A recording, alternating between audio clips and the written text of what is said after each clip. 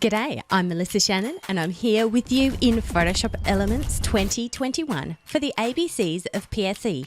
And today's letter of the day is the letter L for the Lasso tool. In the toolbox, our Lasso tool is part of our selection tool. And yes, that is how we say it here in Australia. So I think you guys might say it Lasso in the US. Leave me a comment to let me know how do you pronounce it. But yes, the Lasso tool is a great tool that you can use to make detailed selections in your photographs or whatever you're doing in Photoshop Elements. So let's take you through the basics of how it works. So the Lasso tool allows you to create a selection. So let's go around this set of tulips here. You're all going to be very familiar with this photo by the end of this series, I feel. And I'm just holding down my mouse. And then when I reach the beginning of the selection, I'm letting go of the mouse. And now you can see my selection, which is manually drawn onto my photo layer.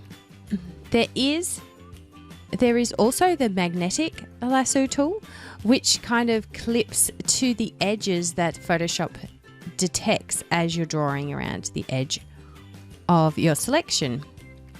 So let's just show you how that works. I'm just clicking and dragging with my mouse here, or my tablet. I always use a Wacom tablet. I'll link you up to the one I'm using in the notes for this video. So here we go around the edge, and the Adobe Sensei engine is really helping me make that selection. So to end this, to end the selection, you need to go over the initial selection, the point of the start of the selection, and you can see that my icon changes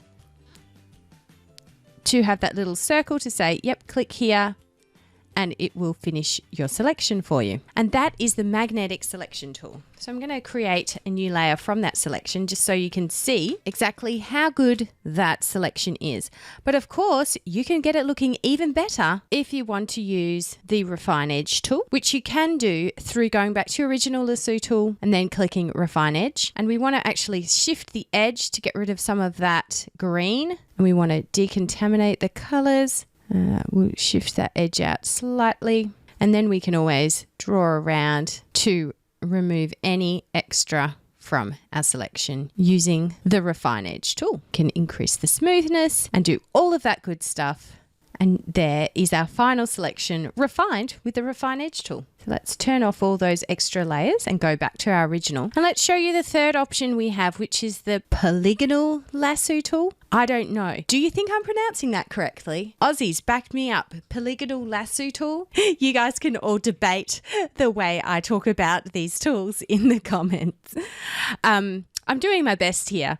The Polygonal Lasso tool, you can actually use to get better results with straight edges or polygons. So let's open up an appropriate image for that. So for the Polygonal Lasso tool, you can use it to get those accurate geometric shapes. Let's try here. We just click on each corner of our polygon, and then when we complete it, we'll have a lovely selection. And let me show you that one more time.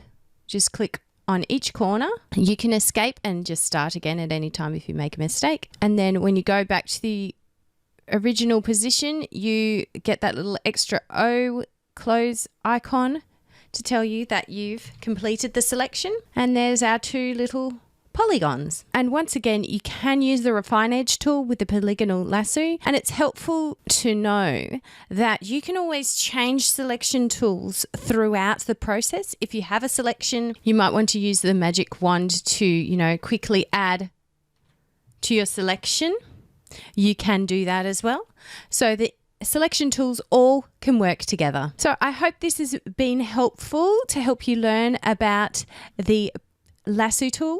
We've got much more to come in the series, so be sure to give me a thumbs up if you've learnt something new, or even if you appreciate my weird Australian pronunciation of Lasso. Click the subscribe button and the bell icon so you'll be notified of new videos. And if you don't want to leave it up to the YouTube algorithm, you can sign up for email reminders of the new videos. Plus, you'll also get a bonus of my Photoshop Elements shortcut cards for free so that you can use them when you're next editing photos or creating layouts in Photoshop Elements. Don't forget, if you'd like to learn more about digital scrapbooking or Photoshop Elements, you can head to digitalscrapbookinghq.com.